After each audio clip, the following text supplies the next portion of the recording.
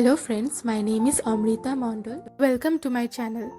এই ভিডিওটি যদি বাংলায় দেখতে চান তাহলে ওপরের আই বাটনে গিয়ে ক্লিক করুন, অথবা এই ভিডিওটির শেষে বাংলা ভিডিওটির লিংক দেওয়া আছে, সেখানে গিয়ে ক্লিক করতে পারেন। This are some basic informations of MS Excel. Let's start the video. To enter any data or any information, then select some cells or any particular cell. Then select bold, italic or underline option from font group under home tab. Then you can choose any one, any two or all of these three options for your particular data as per your requirement. So that's it for today's video. If you have any question regarding this video, then comment me in the comments section below. If you are new in my channel, then please subscribe my channel and hit the bell icon button to get all notifications of my new videos.